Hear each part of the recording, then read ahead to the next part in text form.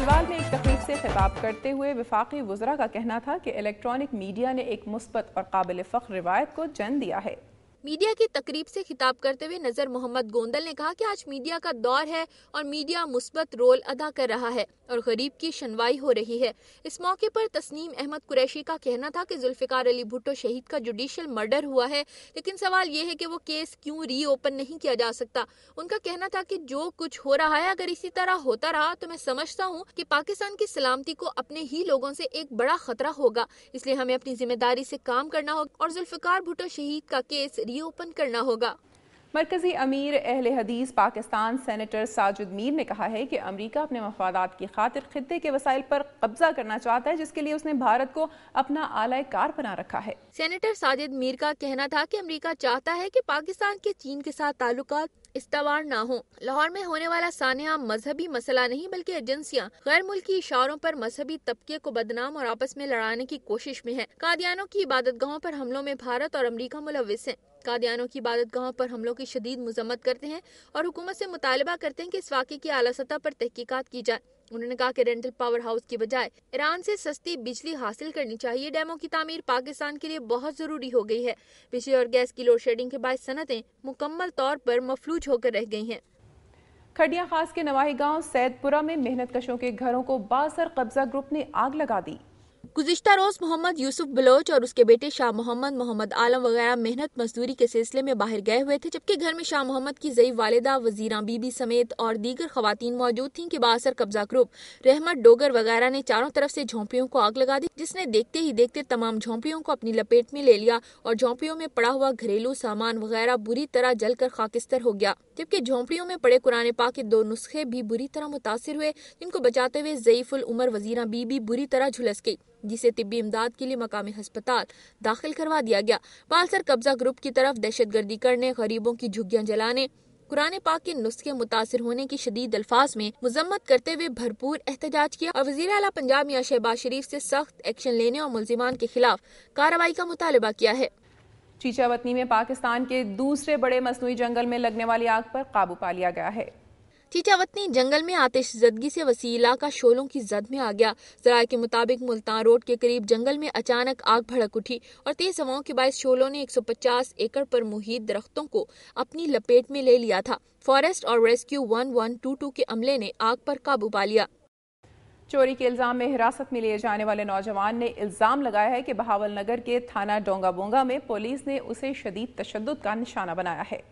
मोहम्मद सुहेल ने मीडिया के नुमाइंदों को बताया कि उसके खिलाफ चोरी का मुकदमा दर्ज नहीं है, उसे सिर्फ शक की बिना पर गिरफ्तार करके पुलिस चोरी का इकरार करने पर मजबूर कर रहा है। वो 4 रोज से थाने में बंद है। मोहम्मद सुहेल ने मीडिया को अपने जिस्म पर होने वाले तशद्दुद के निशानात दिखाए।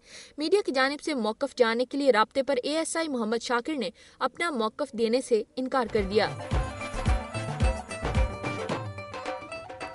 नाज़रीन, पंजाब के बाद अब आपको लिए चलते हैं गिलगित बल्तिस्तान की जानिब और देखते हैं वहां से मौसूल होने वाली चंद अहम खबरें और रिपोर्ट्स। अताबाद झील की जद में आने वाले इलाके शशकट की खूबसूरत वादी में जिंदगी के आसार अब ना होने के बराबर हैं। इस वादी में जिंदा बच जाने वालों की हालत ज़ार के बारे में हमें बता रहे हैं आरिफ यूसुफ सई अपनी इस रिपोर्ट में। शशकट की खूबसूरत आबादी जो कभी सयाहों के लिए पुरकशिश जगह हुआ करती थी, आज इस गांव का 90% हिस्सा लैंडस्लाइडिंग से बनने वाली झील में डूबकर दरिया की सूरत इख्तियार कर चुका है, जबकि जिंदा बच जाने वाले चंद एक घराने पानी और पहाड़ी पत्थरों के खौफ के साए तले जिंदगी गुजारने पर मजबूर हैं। हमारे घर मकाना तो सब कुछ डूब गए हैं। जो हमने बनाया है वो पहाड़ी के करीब ही बनाया है।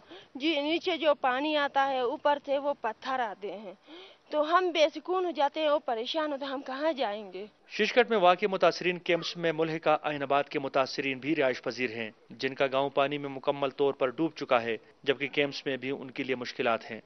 हमारे और ज़मीन घर सब डूब गए हैं और यहाँ इधर स्कूल में हम रहते हैं और रहने के लिए जगह की कमी है। हम बहुत वो महसूस करते हैं कि जगह नहीं है।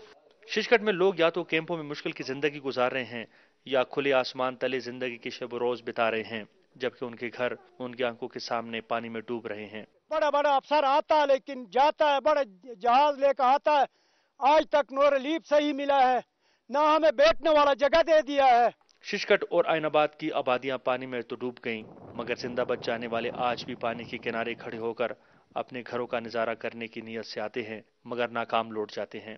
इस मुकाम पर कभी शिशकट और ऐनाबाद की आबादियां हुआ करती थी, जो लैंड स्लाइडिंग के नतीजे में बनने वाली झील के नीचे डूबकर सफे हस्ती से मिट चुकी हैं, जबकि यहाँ के बासी कैंप्स में मुश्किल की जिंदगी गुजारने पर मजबूर हैं। कैमरामैन फरहाद अली फारूक के साथ आरिफ यूसुफजई, दुनिया न्यूज, शिशकट, हुंजा। गिलगित बल्तिस्तान के बाद अब आ रही है जन्नत नज़ीर वादी कश्मीर की। सबसे पहले नजर डालते हैं अहम खबरों पर। वज़ीर-ए-आज़म आज़ाद जम्मू कश्मीर राजा मोहम्मद फारूक हैदर ने कहा है कि आला अदलिया में जजों की तैनाती मेरिट पर होनी चाहिए। बिरादरी और इलाकाइज़्म से बालातर होकर जज तैनात किए जाएं। आला अदलिया में जजों की तैनाती में हुकूमत के किरदार को बाहर नहीं रखा जा सकता। मीरपुर के फंड्स कहीं मुंतकिल नहीं हुए हैं। उनका कहना है कि वो इजला और हलकों की तकसीम के कायल नहीं हैं। डिस्ट्रिक्ट बार एसोसिएशन मीरपुर के नौमुंतखब ओहदेदारों की तकरीब हल्फ बर्दारी से खिताब करते हुए वज़ीर आज़म आज़ाद कश्मीर ने कहा कि मीरपुर में मेडिकल कॉलेज बनेगा। राजा फारूक हैदर ने हालिया अदालती और सियासी मामलात के दरमियान मीरपुर के वकला, सिविल सोसाइटी और सियासी जमातों की तरफ से भरपूर तावन पर शुक्रिया अदा किया। नाज़रीन, कश्मीर के बाद अब बारी है वफाकी दारुल हुकूमत इस्लामाबाद की और नजर डालते हैं अहम खबरों और रिपोर्ट्स पर। एरा और यूनिसेफ के ताउन से भूरबन में कॉन्फ्रेंस का इनेकाद। डिप्टी चेयरमैन एरा का 4000 में से 3850 वाटर सप्लाई स्कीमों को बहाल करने का दावा। Deputy chairman ERRA lieutenant general Mohammad Haroon का कहना था कि 2005 में आने वाले तबाहकुन ज़लज़ले के बायस आज़ाद कश्मीर और सूबा खैबर पख्तूनख्वा में 4000 वाटर सप्लाई स्कीमों को बुरी तरह नुकसान पहुंचा और एरा ने इन स्कीमों की बहाली और तामीर नौ का काम तरजीही बुनियादों पर शुरू किया और इस वक्त तक 3850 वाटर सप्लाई स्कीमों की बहाली का काम मुकम्मल कर लिया गया है, जबकि 850 स्कीमों पर काम जारी है।